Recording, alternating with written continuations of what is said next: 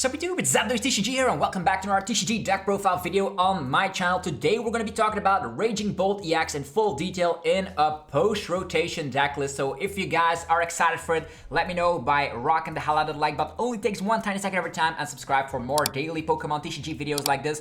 Also let me know in the comments what you personally would change about my current 60 and which deck you want to be seeing up next. So let's start off with the deck list, shall we? So the main Pokemon of choice, Raging Bolt EX. This is a very strong Pokemon as it comes back with the Bellowing Thunder, allowing you to slap 70 damage for every energy attached to your Pokemon that you're willing to discard. With stuff like the Teal Mask Ogerpons and Professor Sada, you can get a lot of energies into play quite easily and one-shot anything in the game.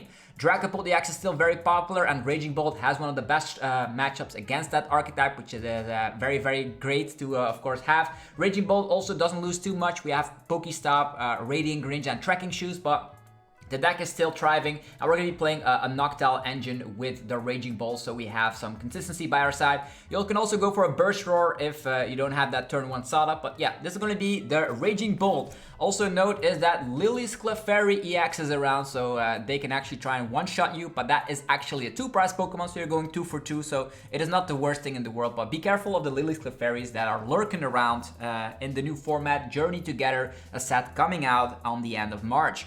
We're going to be having 4 copies of the Ogerpon. This Ogerpon with the Myriad Leaf Shower is very strong. You can also sometimes use it as an attacker, but it's going to be mainly used to get energies into play, so we can use the Bellowing Thunder until our heart's content. And there's also the capability to draw cards. You Teal Dance, get a Grass Energy from hand into play, and you also draw a card. So yeah, 4 copies of that, as we're going to be needing a lot of these Terra Pokemon in play in order to, of course, activate Noctowl, which is part of the deck.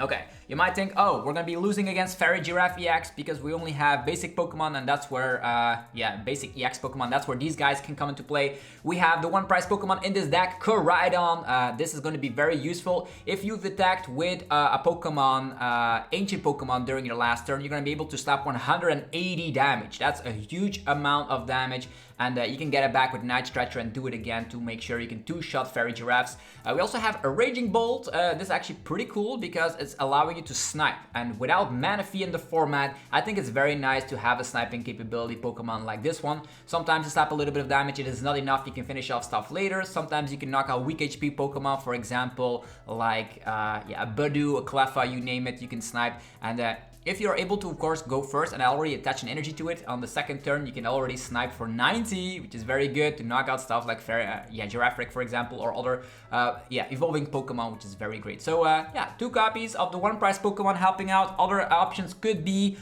Sandy Shocks or Slitherwing, depending on your playstyle. I'm currently testing out these 2, and they have worked out miracles for me. So, if your opinion is different, let me know what you would change about the 60, and with that being said, these are the 1-price Pokemon. You definitely need a couple of these, otherwise you will lose against specific walling archetypes.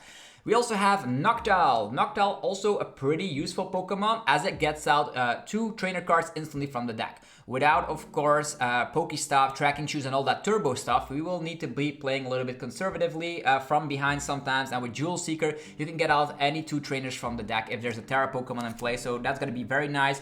Getting out your Prime Catcher Sada, getting out maybe a Judge and stuff. It is very useful to, of course, play with the Noctowl. Then 3 copies of Hoothoot to make sure we can evolve into Noctowl. So these are the ones that can also sometimes attack as well with the Triple Staff. But if you use that, you're probably in a very bad position regardless. So these are going to be the important Pokemon. Of course, if you're playing a Hoothoot engine, I'm also a big fan of playing Fan Rotom. If you can get that on the early game, you can just get yourself 2 Hoothoots and a Noctowl or anything you want. So 3 colorless Pokemon with 100 HP or less can activate that ability on the very first turn. So Fan Rotom, very strong in this updated Raging Bolt deck. Okay, then 3 more Pokemon to have. We have Latias EX to provide us with free retreat. How good is that? No longer need to worry about stuff like Switch Card or anything. We still have Prime Catcher, which is also a way you can get a Pokemon out of the active, but Latias is very nice, of course, with free retreat, and I like it. Then we have Fezandipiti. If you get knocked out during your opponent's last turn, you can actually use this to draw cards. Fezandipiti is almost in every single deck out there, so it is no different here.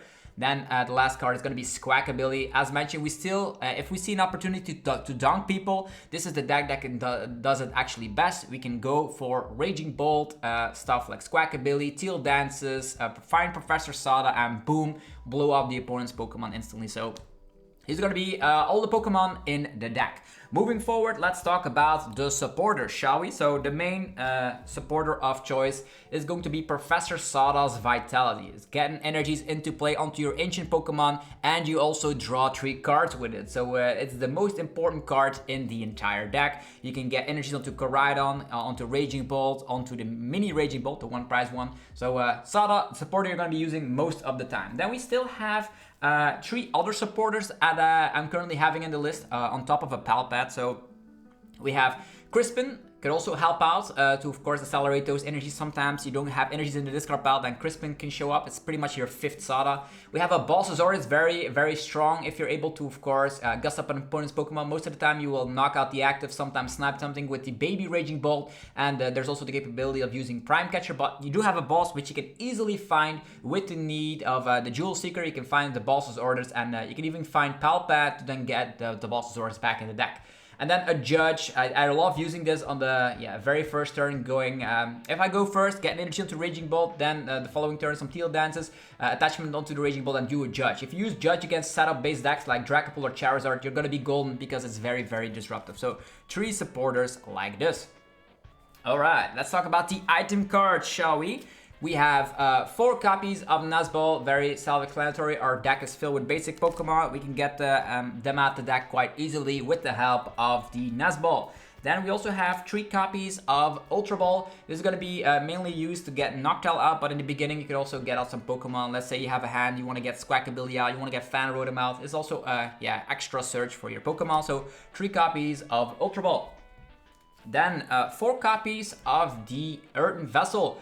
A very important card in this deck, as it not only has discard synergy to get energies in the discard pile, so you can activate Sada, but it also gets 2 energies out the deck quite easily. We're playing 3 different types of basic energy, so Earthen Vessel is a very strong card in this 60. So 4 of these cards. In the past, people were playing 3 copies, but with, of course, Radiant Greninja rotating and all that, you definitely need ways to get energies in the discard pile.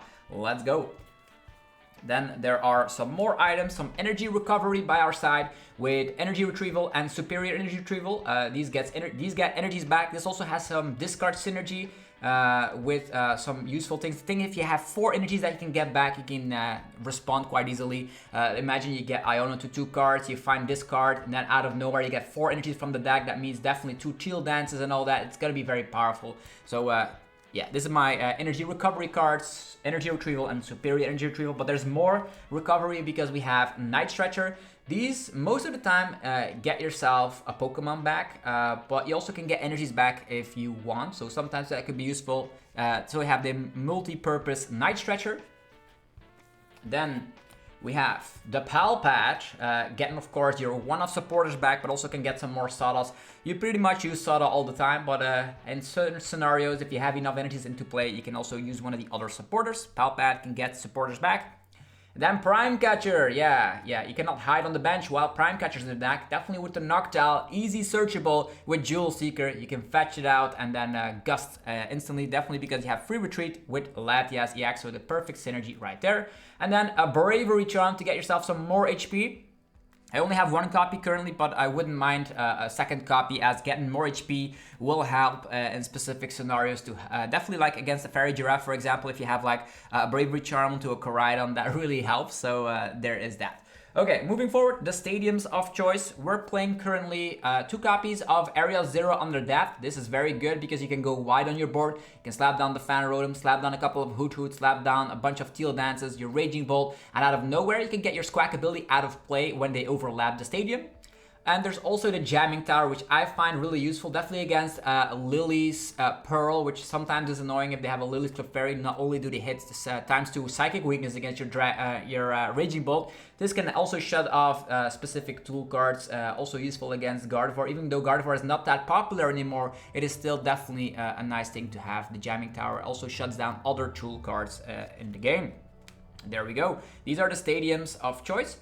And then we're gonna have, about 12 basic energies. There's going to be 3 lightning type energies, 3 fighting type energies, and then a whopping 6 grass type energies. So the pretty standard for a Raging Bolt deck. You're going to be able to, of course, get these important fighting or lightning energies in the discard pile. So you can use Professor Sada and attack with Raging Bolt EX, with Koraidon or the baby Raging Bolt. And then there's the grass energies helping out for draw power with the Teal Mask Ogerpon. So that's 6 energies of them in total. And with the help of course, the 4 copies of the Earthen Vessel, you can find them easily from the deck. So this is my current post-rotation Raging Bolt deck. Let me know how you feel about the current 60. What would you change?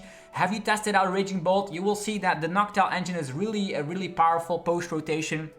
And I'm a big fan of Raging Bolt. I have tested with this a little bit, and this is the current 60 I'm on. You might think about adding in the second copy of Boss's Orders, but with the help of the Raging Bolt that can snipe, I think it's not that interesting. You still have Prime Catcher, which you use most of the time. You can knock out active Pokemon as well, so 1 boss and a Pal Pad is sufficient, but I wouldn't blame you if you like cut down the Pal Pad, adding in the Boss's Orders. That could also be a thing you could do, but sometimes in your opening hand, you can Squawkabilly away some of your Sadas, and then the Pal Pad is really useful. So still definitely some things to think about. You can also go for a 2-2 line of the Noctowl and add in some other tech cards of your choice. So it is still up in the air what the best Raging Bolt deck will be, but this definitely will help you out already. So hopefully you guys enjoyed this video. If you did, let me know by destroying the hell out of the like button. Helps out in many ways, takes 1 tiny second every time.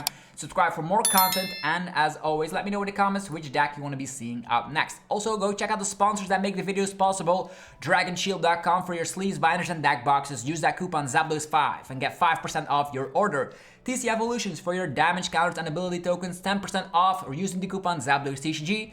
PokemonStore.com for your TCG Live code card needs. You can get 5% off using the coupon ZAPDOSTCG, and CardMarket.com for European players, where you're able to buy as well as sell cards to people all across Europe. Have yourself a fantastic rest of your day, and I will see you guys tomorrow with more Pokemon TCG content. Thank you all very much for watching today's upload. Peace.